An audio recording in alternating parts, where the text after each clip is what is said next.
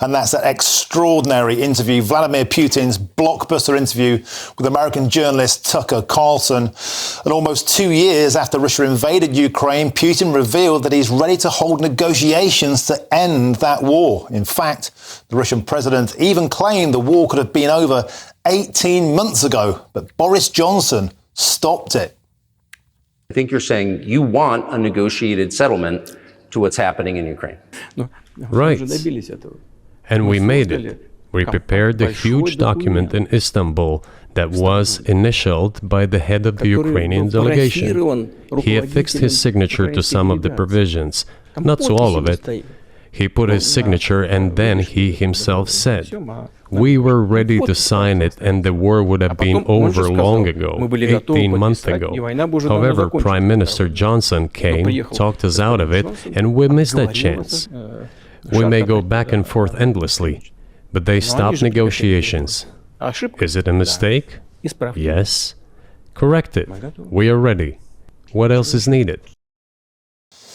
So Putin there really laying the blame squarely at Boris's door. I mean, he blamed everybody apart from himself, and it should be said that Boris Johnson has previously dismissed Putin's claim that he stopped the war, ending as total nonsense and Russian propaganda. Senior Ukrainian figures have also previously rubbished the idea, but the question is, almost 2 years into this war, is it time to negotiate with Putin? I watched this extraordinary interview in the middle of the night last night, 2 hours long. The first hour, has to be said, is a rambling, imperialistic, romanticised history lesson where Putin looks back, but very, very clearly states whether it's right or wrong. It's certainly his belief that he believes Russia has a right to parts of Ukraine.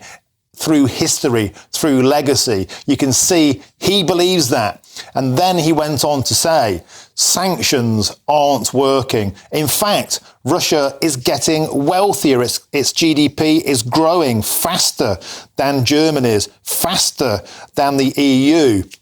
Because, of course, as the West has weaned itself off of Russian oil and gas, used to be 45% to the EU, now only 4 or 5%, there's a burgeoning market in China and India who are simply wolfing down as much oil as they can get from Putin. So Putin won't run out of money. He's making that clear. He won't run out of will for this to carry on. It feels like he's digging in for a forever war. And the point is this. Is it now time to sit down with Vladimir Putin, or, bear in mind, the International Criminal Court have put out arrest warrants for him. The United Nations have accused him of war crimes, including willful killing, torture, rape and other sexual violence, including deportation of children to the Russian Federation. Is that the kind of person you should even sit down with in the first place, or facing down the barrel of an endless multi-billion-pound war with how many casualties we do not know, is it time for a rethink? And later in the show, I'm going to talk about how Russia has got richer during the war, as I just mentioned, while we all know about our own rising energy prices. Check out this exchange between Putin and Tucker Carlson. Well, maybe the world is breaking into two hemispheres, one with cheap energy, the other without. And I want to ask you that. If we're now a multipolar world, obviously we are, can you describe the blocks of alliances? Who is in each side? A human brain is divided into two hemispheres. One is responsible for one type of activities, the other one is more about creativity and so on. The world should be a single whole. Security should be shared rather than meant for the golden billion. That is the only scenario where the world could be stable, sustainable and predictable.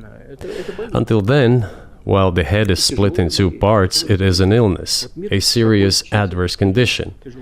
It is a period of severe disease that the world is going through now.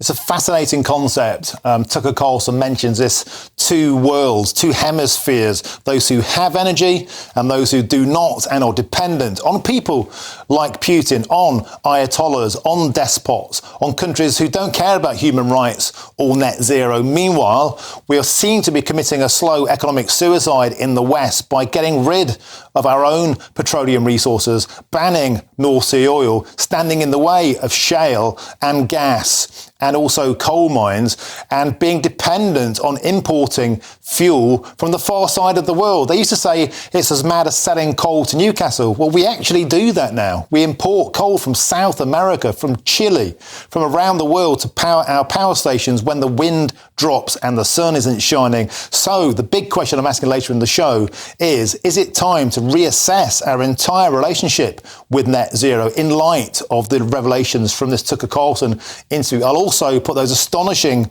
claims to a Conservative MP later in the show that Boris Johnson is responsible for dragging out this war. I'm sure he'll have a lot to say, and we'll have defence experts. We'll cover off everything. An astonishing interview, a moment in time where we have to make decisions. Otherwise, or we just involve in an endless war.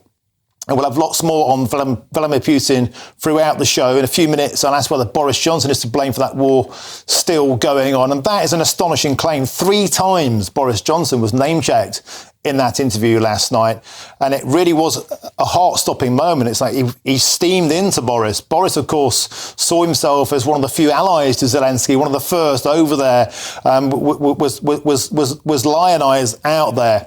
But will this come back to haunt him? And now for some more expert analysis on this, let's go to Robert Fox. I'm joined by Robert Fox, who's the defence editor of the Evening Standard. And for me, you've been peerless on this, Robert, since the very, very beginning. An astonishing interview, as I've been saying on the show. And the huge question now is we seem to have a guy in Putin who's digging in for some kind of forever war. He says bombs aren't working. He says sanctions aren't working. The huge question, Robert, is it time to negotiate with this man to try and end the war?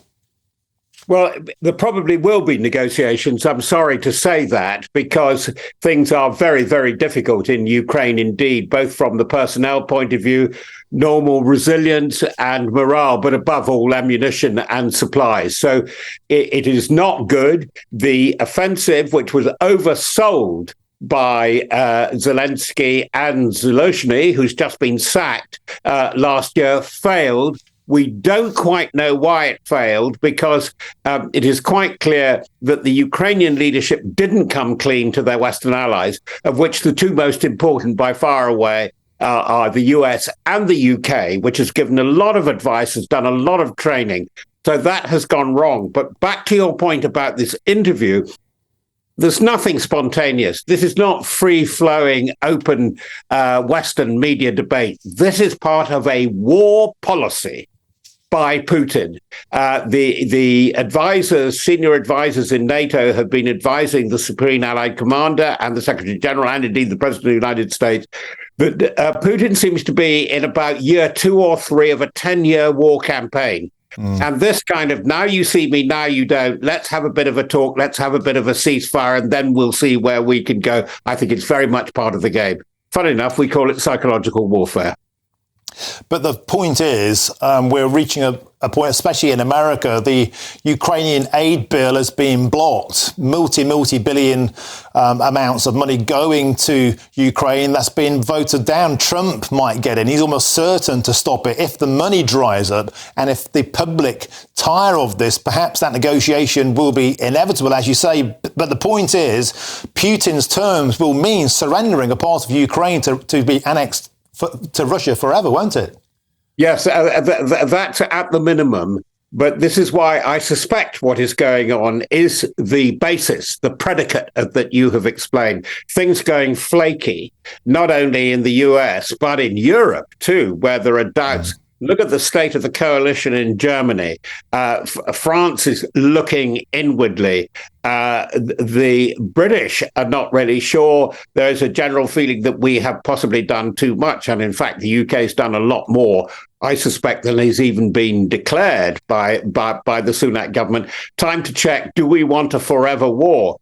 On the other hand, our allies, particularly our new allies, like the Baltics, Poland, Finland, Sweden, are saying, look, you're probably going to get the ceasefire. We will hear the magic words Minsk 1 and Minsk 2, those treaties and ceasefires 2014, 2015, which didn't happen in the end. They'll try and revive that. Putin will play for time. And then when we're sleeping, this is what the Baltics are saying, they'll have a go there. And he did allude to this in this very long and thought out but rambling snoozathon in some ways interview he gave to Tucker Carlson. I mean, the endless repetition of episodes of history according to the gospel of Vladimir Putin. But he's trying to lull the West into a situation. Look, mate, we really can rub along as we did in the Cold War. Look, you don't want to spend all that much money. The British have been talking about national service. Oh, you don't want any of that. He's being very clever about this. He's caught the point of maximum psychological doubt and exhaustion. You're absolutely right about that. So this is a great pause, and it's a pause which he can turn to his own advantage because he is going to go on and on with the military buildup. The economy, as we now know in Russia, is completely converted to defense, military, then offense. Yeah, Robert Fox, excellent analysis, as ever. You've been brilliant since the start. Thank you very, very much for joining us on the show. It's a huge standoff, brinksmanship of the ultimate order. The question is, who's going to blink first? Well,